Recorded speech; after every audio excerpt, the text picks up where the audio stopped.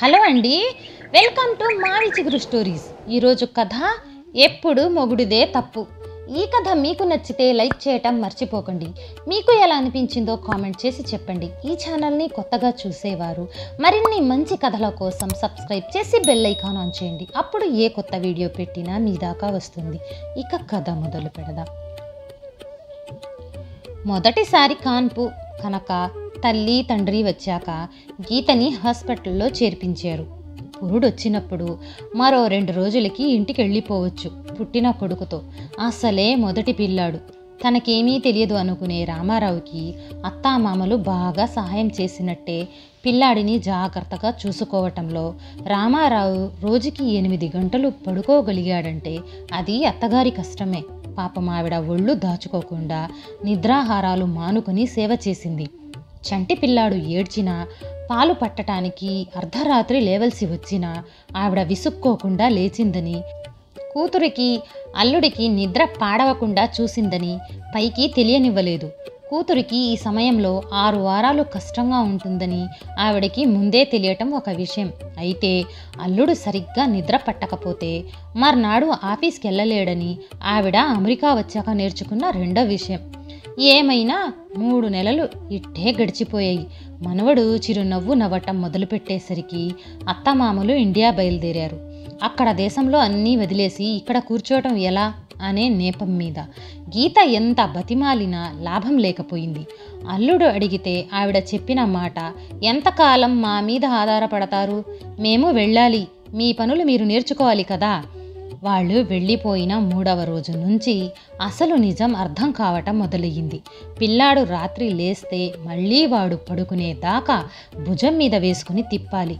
పొద్దునంతా పడుకుంటే రాత్రి పడుకోడు కనుక మరీ కష్టం.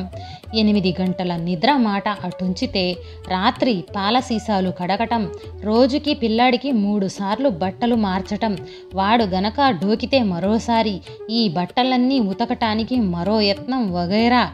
మెల్లగా ఏవో పళ్ళరసం లాంటివి పట్టొచ్చేమో అనుకునే లోపు వాడికి ఏదో జ్వరం. డాక్టర్ దగ్గరికి పరుగులు. ఏదో జాండీస్ లాంటిదేమో అనే అనుమానం. స్పెషలిస్ట్ దగ్గరికి మరో పరుగు. అలా 6 నెలలు గడిచాక దారిలో పడ్డారు గీతా రామారావులు. కుర్రాడు నవ్వితే నవరతన్ కుర్మా, పొర్లితే పూర్ణం బూరెలు, పాకితే పాయసం అనుకుంటూ ఒక్కొక్క మెట్టు సెలబ్రేట్ చేసుకుంటా 9వ 10వ నెలకొచ్చాక నడవటం నేర్చుకునేసరికి కుర్రాడికి జుట్టు గోళ్ళు పెరగటం మొదలుపెట్టాయి. బాగా గోళ్ళైతే రామారావు తీయటం అలవాటు చేసుకున్నాడు. కానీ గీత ఇండియా నుంచి వచ్చిన ఆర్డర్స్ ప్రకారం రామారావుని పిల్లాడి తల మీద చెయ్యి వెయ్యనివ్వలేదు. వాడి పుట్టి వెంట్రుకలు తీసేదాకా తల మీద ఎవ్వరూ కత్తెర పెట్టరాదు. అందులోనూ అమ్మగారికి మొక్కు ఉందాయే.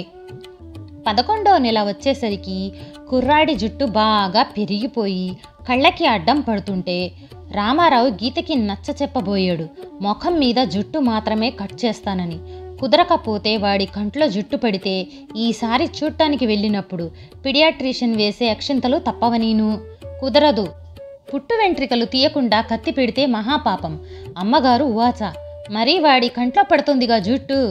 దీనికి గీత కనిపెట్టిన మందు ఒక హెయిర్ స్ప్రే కొనటం, కుర్రాడి జుట్టు వెనక్కి రబ్బర్ బ్యాండ్ పెట్టి కట్టటం. ఇండియా ముగ్గురు కలిసి వెళ్ళటం అప్పుడే కుదరదు కనుక కుర్రాడి జుట్టు పెరుగుతూనే ఉంది, హెయిర్ స్ప్రే ఆవుతూనే ఉంది. రామారావు ఎన్ని చెప్పినా గీత చెప్పటం, జుట్టు మీద కత్తి పెట్టడం తప్పు.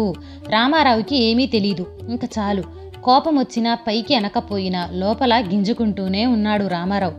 కుర్రాడి జుట్టు ఉడతలు పీకిన తాటి టెంకలా తయారవుతుంటే కానీ చేసేదేముంది. ఒక వారాంతం కొత్తగా పరిచయమైన మరో కుటుంబం భోజనానికి పిలిస్తే కుర్రాడిని తీసుకుని వెళ్ళారు ముగ్గురును. దారిలో గుర్తొచ్చింది, కుర్రాడికి హెయిర్ స్ప్రే రాయటం మర్చిపోయారు. వాళ్ళింటికి వెళ్ళాక కబూర్లలో పడి కుర్రాడిని వదిలేసినప్పుడు వాడు ఇంట్లో అక్కడే ఉన్న మెట్ల మీద నుంచి జర్రున జారి కింద పడ్డాడు. తలకి దెబ్బ తగల్లేదు కానీ కాలికేదో అయ్యింది. గీత అంది, మా ఇంట్లో మెట్ల మీద నుంచి ఎప్పుడూ పడలేదండి, కానీ ఇక్కడ ఇలా అయిందేమిటో. సందర్భం చూసి రామారావు జూలు విదిల్చాడు. ఎందుకు పడడు? వాడికి జుట్టు కంటి మీద వచ్చేసి కళ్ళు కనబడవు.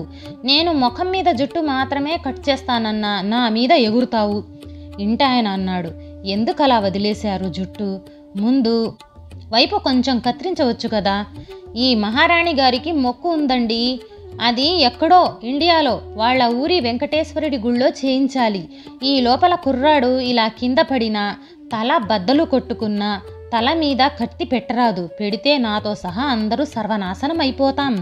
ఇవాళ అదృష్టం కొద్దీ తల మీద దెబ్బ తగల్లేదు, కానీ రేపు వాడికి ఏదో ఒకటి అవ్వచ్చు. అయితే మాత్రం జుట్టు మీద కత్తి పెడితే వాళ్ళ ఊరి వెంకటేశ్వరుడు తన సుదర్శన చక్రం మా మీద వదిలి చంపేయడు. అవునా గీత? మరొకసారి వెక్కిరించాడు రామారావు. ఇంటాయన చెప్పాడు కాస్త బుజ్జగింపు ధోరణిలో. అలా అనుకోనవసరం లేదు. పుట్టింట్రుకల కంటే పూర్తిగా గుండు చేయించటం, మధ్యలో చిన్న కత్తెర వేసి కొంత కట్ చేస్తే అది పుట్టింట్రుకల కింద రాదు. అలాగని మరీ మంగలి షాపులో చేయించక్కర్లేదు కూడా. మరెలాగండి? మంగలి షాపుకి వెళ్ళకూడదు. ఇండియా వెళ్లేలోపు మరో 4 నెలలు పట్టేటట్టుంది. మీరే బాత్రూంలో ఒక చిన్న కత్తెర వేయండి రామారావు గారు. ఇంట ఆయన చెప్పాడు. ఈవిడ నన్ను ముట్టుకొనిస్తుందా? భలేవారే. గీత ఎలా మూతి 3 వంకర్లు తిప్పినా రామారావు తాను చెప్పాలనుకున్న మాట మాత్రం పైకి చెప్పేశాడు. డిన్నర్ అయిపోయి ఇంటికి వచ్చేటప్పుడు ఎవ్వరికీ మాటలు లేవు. ఎలా ఉంటాయి? అమ్మగారికి కోపం వస్తే కుర్రాడు కారు సీట్లో పడుకున్నాడు హాయిగా. మర్నాడు ఆదివారం కుర్రాడు పొద్దున్నే ఆడుకుంటుంటే తీరిగ్గా లేచిన రామారావు కాఫీ కలుపుకోవటానికి కిచెన్లోకి వెళ్ళినప్పుడు గీత చెప్పింది, వాడి ముఖం మీద జుట్టు కత్తిరిస్తారా? కింద పడకుండా ఆడుకుంటాడు. అదేం, నేను వాడి జుట్టు మీద కత్తి పెడితే మహాపరాధం అన్నావు? నిన్న భోజనం చేస్తుంటే ఆయన చెప్పారుగా, కొంచెం జుట్టు కత్తిరిస్తే అది పుట్టు వెంట్రుకలు తీయటం కింద రాదని. అందుకే. అదీ కాక వాడి కళ్ళు కనిపించటం లేదని మీరే అన్నారుగా. వాళ్ళింటికి వెళ్ళకముందు నేను ఎంత చెప్పినా అది కుదరదన్నావు. కానీ ఈ మధ్యనే ఈ ఊళ్ళోకి వచ్చి మొదటిసారి మనల్ని భోజనానికి పిలిచి ఆయన చెప్పగానే అది రైట్ అయిపోయింది నీకు. కుర్రాన్ని ఎత్తుకుని బాత్రూంలోకి కదులుతూ అన్నాడు రామారావు ముఖం అదోలా పెట్టి. గీత ఆ మాట విననట్టు అంది. కత్తెర వాడికి గుచ్చుకోకుండా జాగ్రత్త. ఈ కథ నచ్చితే లైక్, షేర్ చేసి తప్పకుండా సబ్స్క్రైబ్ చేయండి.